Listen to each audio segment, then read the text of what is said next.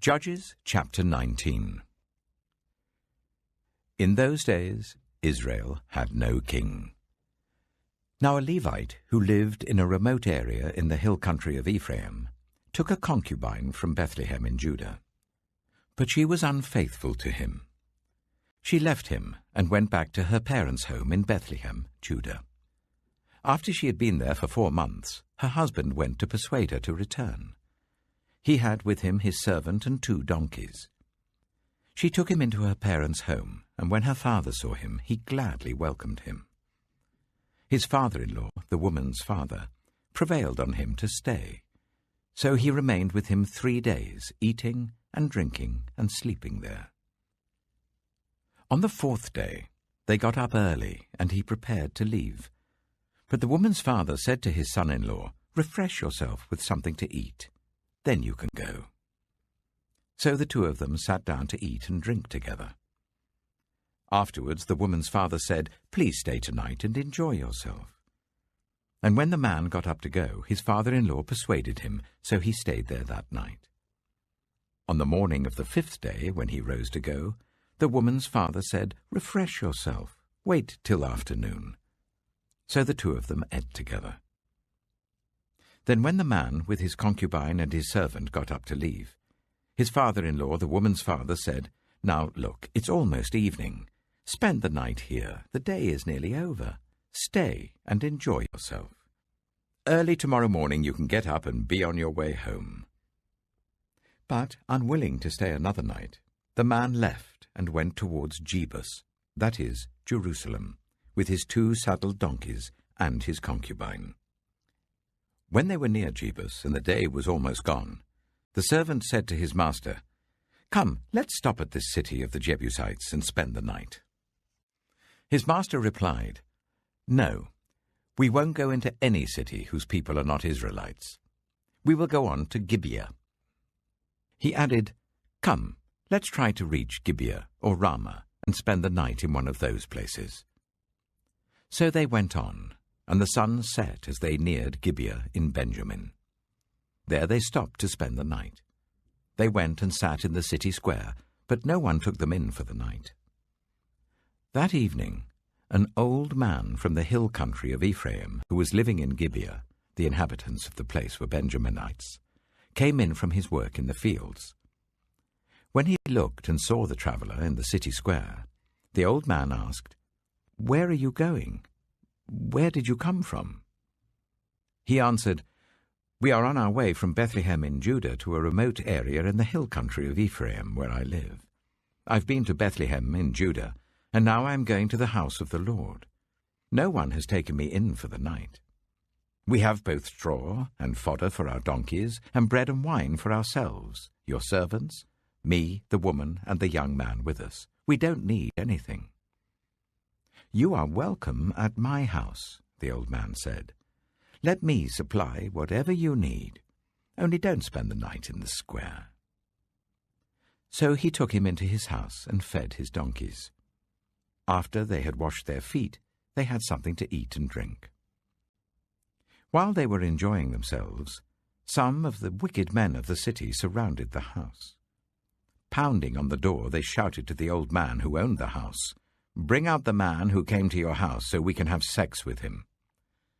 The owner of the house went outside and said to them, "No, my friends, don't be so vile.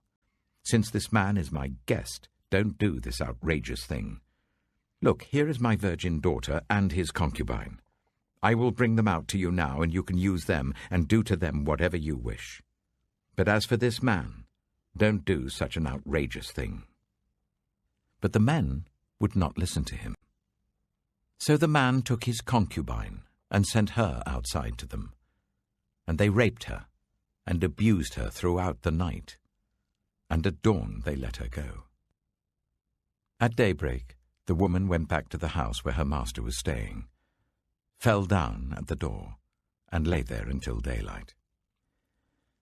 When her master got up in the morning and opened the door of the house and stepped out to continue on his way, there lay his concubine, fallen in the doorway of the house, with her hands on the threshold. He said to her, "Get up, let's go." But there was no answer. Then the man put her on his donkey and set out for home. When he reached home, he took a knife and cut up his concubine, limb by limb, into 12 parts, and sent them into all the areas of Israel. Everyone who saw it was saying to one another, "Such a thing has never been seen or done, not since the day the Israelites came up out of Egypt." Just imagine. We must do something. So speak up. Judges chapter 20.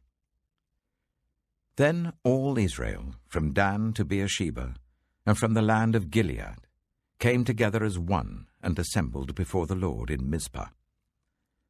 The leaders of all the people of the tribes of Israel took their places in the assembly of God's people, 400,000 men armed with swords.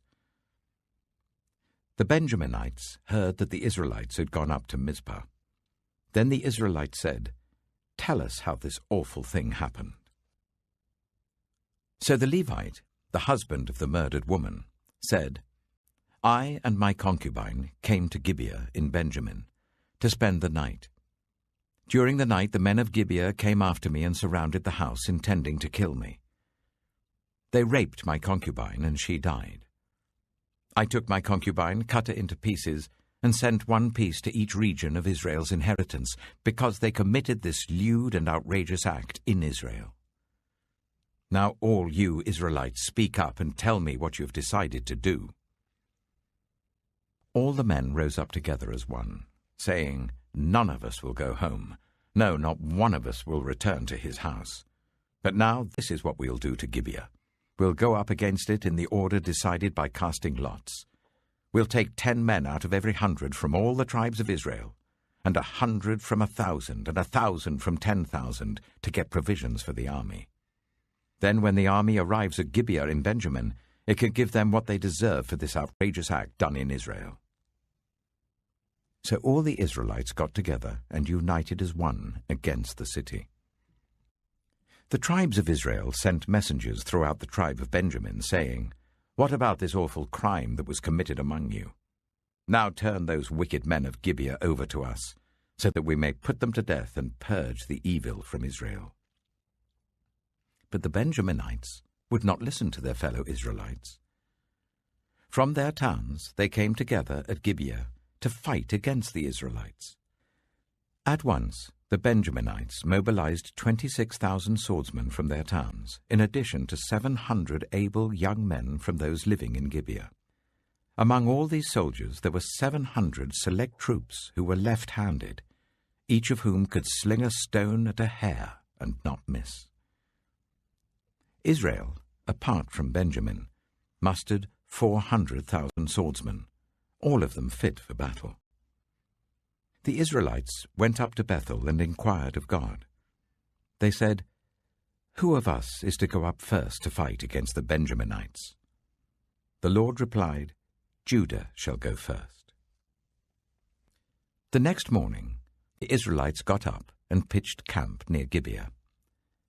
The Israelites went out to fight the Benjaminites and took up battle positions against them at Gibeah.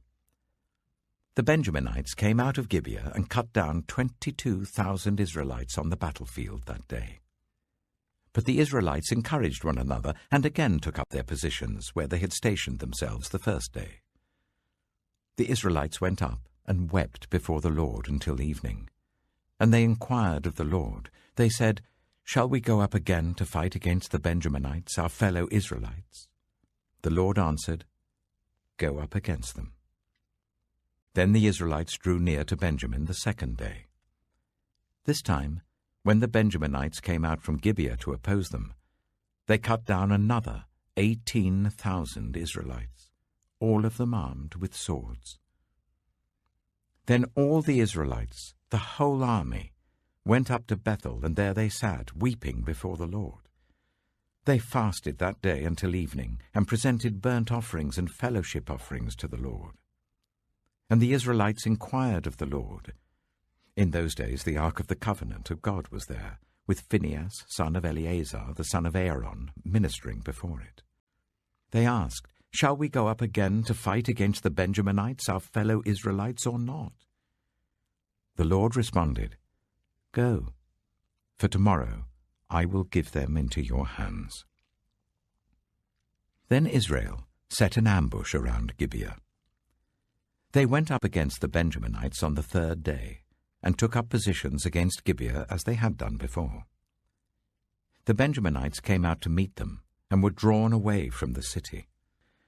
They began to inflict casualties on the Israelites as before, so that about 30 men fell in the open field and on the roads, the one leading to Bethel and the other to Gibeah.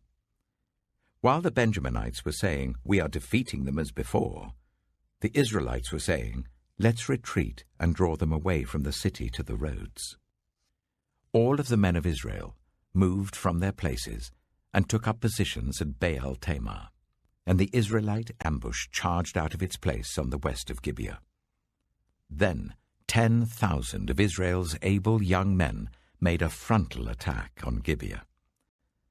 The fighting was so heavy that the Benjaminites did not realize how near disaster was.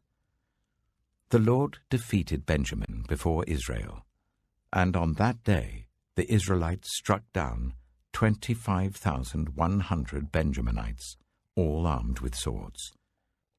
Then the Benjaminites saw that they were beaten.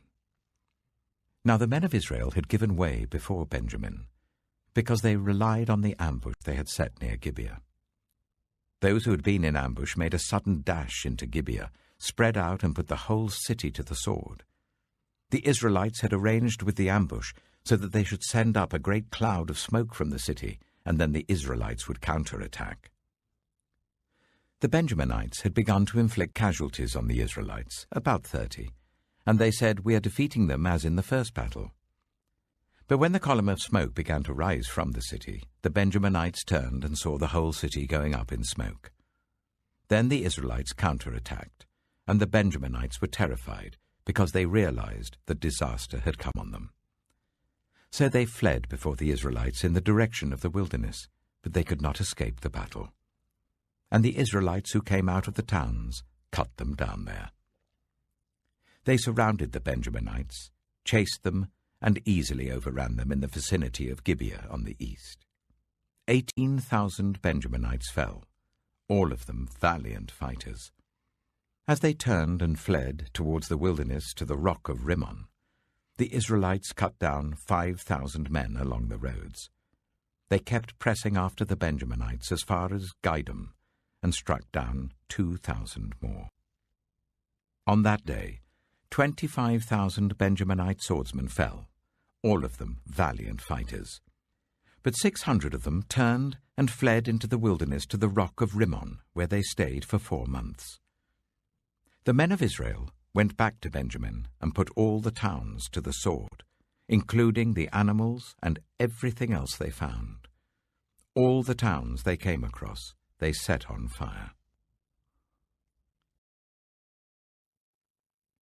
Luke chapter 21. As Jesus looked up, he saw the rich putting their gifts into the temple treasury. He also saw a poor widow put in 2 very small copper coins. "Truly I tell you," he said, "this poor widow has put in more than all the others. All these people gave their gifts out of their wealth, but she, out of her poverty, put in all she had to live on." Some of his disciples were remarking about how the temple was adorned with beautiful stones and with gifts dedicated to God. But Jesus said, "As for what you see here, the time will come when not one stone will be left on another. Every one of them will be thrown down." "Teacher," they asked, "when will these things happen, and what will be the sign that they are about to take place?" He replied, "Watch out that you are not deceived. For many will come in my name, claiming, 'I am he,' and 'the time is near.' Do not follow them. When you hear of wars and uprisings, do not be frightened. These things must happen first, but the end will not come right away." Then he said to them, Nation will rise against nation, and kingdom against kingdom. There will be great earthquakes, famines, and pestilences in various places, and fearful events and great signs from heaven. But before all this, they will seize you and persecute you. They will hand you over to synagogues and put you in prison, and you will be brought before kings and governors, and all on account of my name. And so you will bear testimony to me. But make up your mind not to worry beforehand how you will defend yourselves.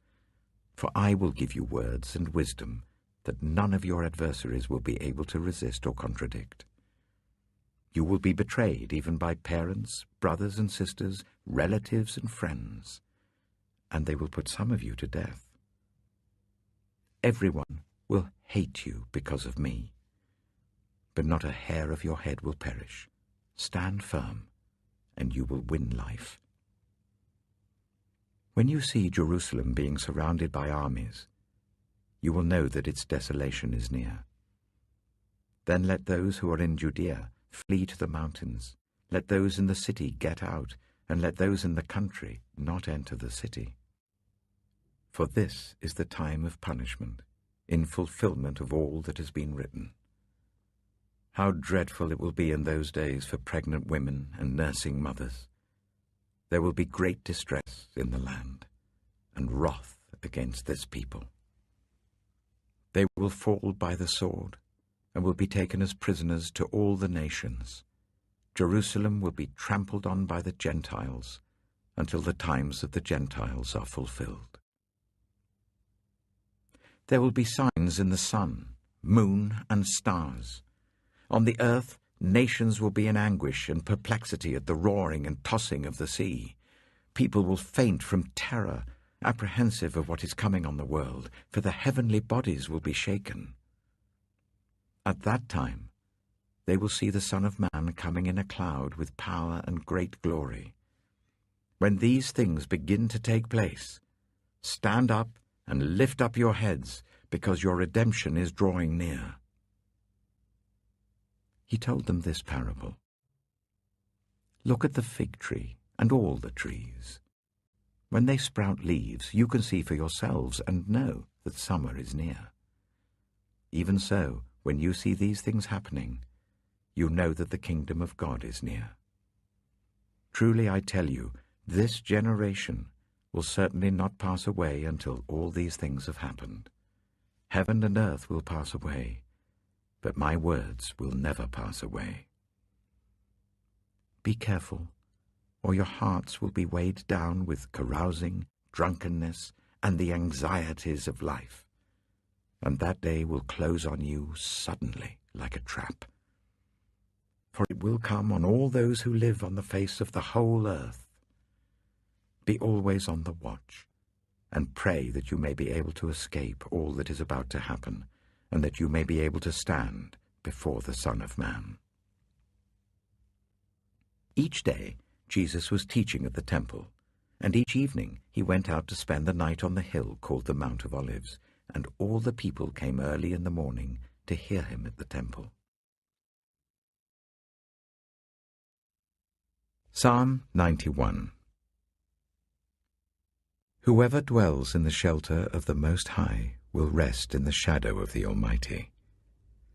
I will say of the Lord, He is my refuge and my fortress, my God, in whom I trust. Surely he will save you from the fowler's snare and from the deadly pestilence. He will cover you with his feathers, and under his wings you will find refuge. His faithfulness will be your shield and rampart.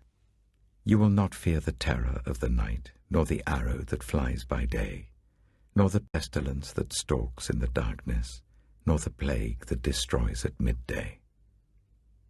1,000 may fall at your side, 10,000 at your right hand, but it will not come near you. You will only observe with your eyes and see the punishment of the wicked. If you say, The Lord is my refuge, and you make the Most High your dwelling, no harm will overtake you, no disaster will come near your tent. For he will command his angels concerning you, to guard you in all your ways. They will lift you up in their hands, so that you will not strike your foot against a stone. You will tread on the lion and the cobra. You will trample the great lion and the serpent.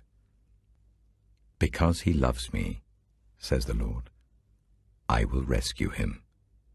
I will protect him, for he acknowledges my name. He will call on me, and I will answer him. I will be with him in trouble. I will deliver him and honor him. With long life I will satisfy him and show him my salvation. Proverbs chapter 29. Whoever remains stiff-necked after many rebukes will suddenly be destroyed without remedy. When the righteous thrive, the people rejoice. When the wicked rule, the people groan. A man who loves wisdom brings joy to his father, but a companion of prostitutes squanders his wealth. By justice, a king gives a country stability, but those who are greedy for bribes tear it down. Those who flatter their neighbors are spreading nets for their feet. Evildoers are snared by their own sin, but the righteous shout for joy and are glad. The righteous care about justice for the poor, but the wicked have no such concern. Mockers stir up a city, but the wise turn away anger. If a wise person goes to court with a fool, the fool rages and scoffs, and there is no peace.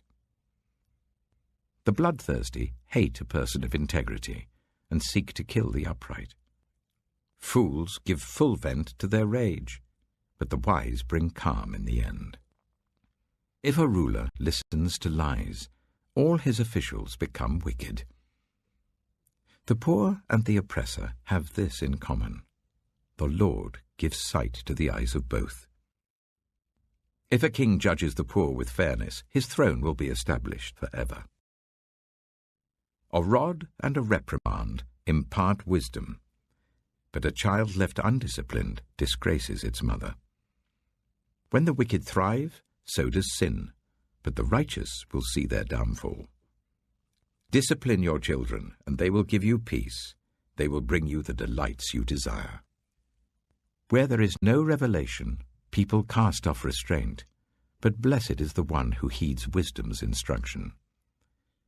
Servants cannot be corrected by mere words. Though they understand, they will not respond. Do you see someone who speaks in haste? There is more hope for a fool than for them. A servant pampered from youth will turn out to be insolent. An angry person stirs up conflict, and a hot-tempered person commits many sins. Pride brings a person low, but the lowly in spirit gain honor. The accomplices of thieves are their own enemies. They are put under oath and dare not testify. Fear of man will prove to be a snare, but whoever trusts in the Lord is kept safe. Many seek an audience with a ruler, but it is from the Lord that one gets justice. The righteous detest the dishonest. The wicked detest the upright.